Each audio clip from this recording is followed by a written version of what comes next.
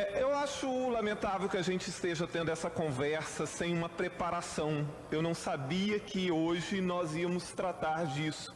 Então, nós precisaríamos estar aqui muito bem fundamentado e com outras pessoas presentes.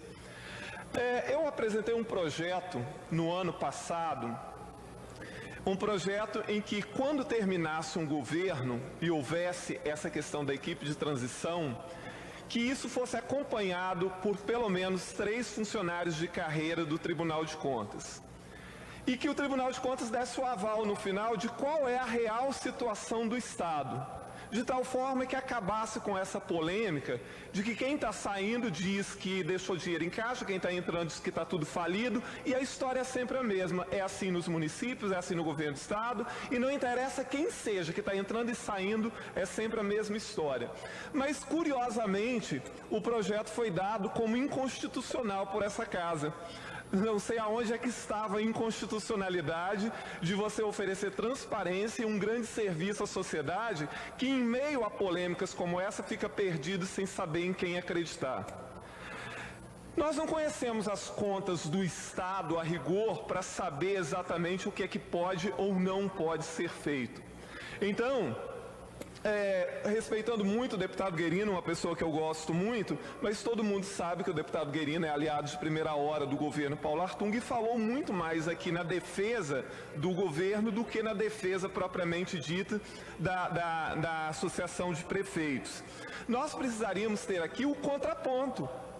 Então, assim, por que e sugiro isso à mesa aqui, que antes de qualquer questão, que fosse ouvido com números concretos a equipe do governo e a equipe de transição, para que soubéssemos exatamente qual é a situação das contas do Estado. O que o governo está deixando e o que não está deixando. O que tem que ser feito agora, sob pena de que isso cause um grande prejuízo a municípios ou a categorias ou a setores, e aquilo que pode sim ser repensado e ser visto depois. Não dá para ser dessa forma. Assim, eu não sabia que hoje prefeitos estariam aqui, eu não sabia, me perdoe a sinceridade, mas me parece isso assim uma pressão para que os deputados acreditem numa determinada versão. Eu me sinto muito à vontade, deputado Guerino, e os prefeitos podem vir sempre aqui, serão sempre muito bem-vindos, porque eu não me deixo pressionar por absolutamente nada. Eu confio naquilo que podem me apresentar como dados concretos. Agora, em relação à questão de que o atual governo toma atitudes, no mínimo, estranhas para um homem que sempre tentou vender a imagem de republicano, de democrata, de grande gestor, é estranho sim. Porque a arrecadação do Estado esse ano, ela cresceu praticamente nada. Então o governo anuncia que vai dar R$ 1.500 de abono para os funcionários públicos, quer dizer, 50% superior à do ano passado. Os funcionários públicos merecem salários dignos e não sou contra o abono. Mas por que o maior bônus da história agora? O governo no início do seu mandato,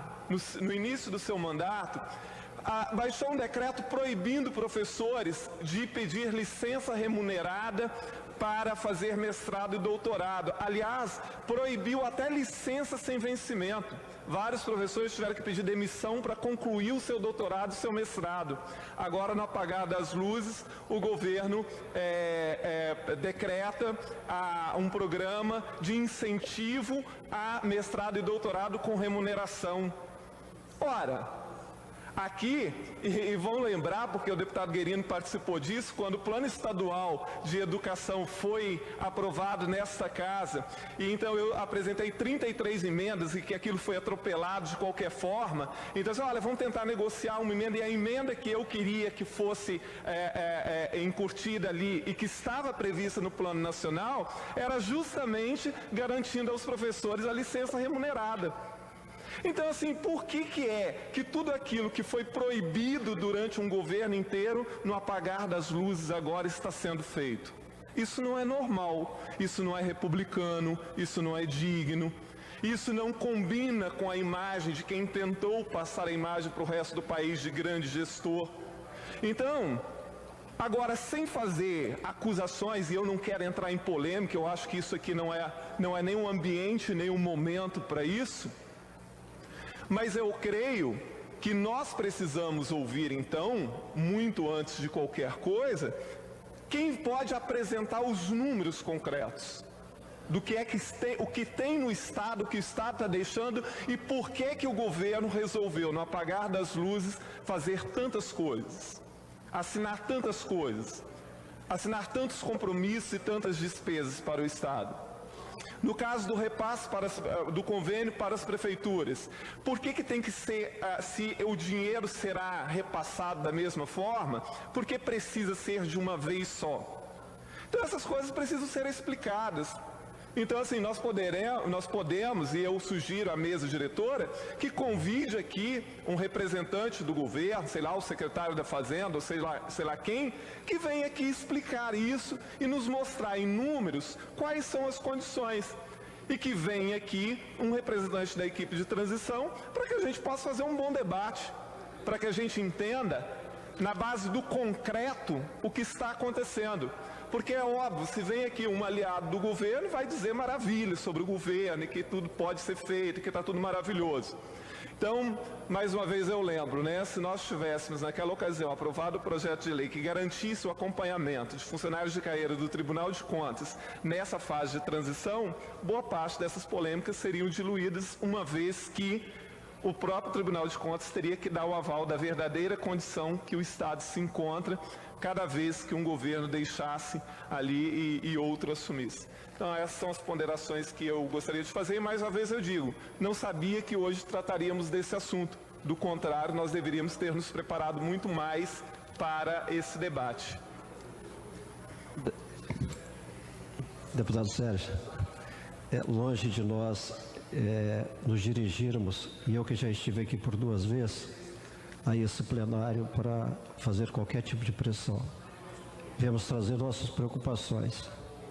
Okay. E quando o senhor fala das garantias, eu só estou fazendo a defesa porque me foi colocado o conhecimento necessário para afirmar que o governo tem em sua disponibilidade financeira recursos para pagar todos os convênios que foram assinados em uma única parcela, deixar reservado para o futuro governador os recursos para pagar todos os convênios assinados em mais de uma parcelas.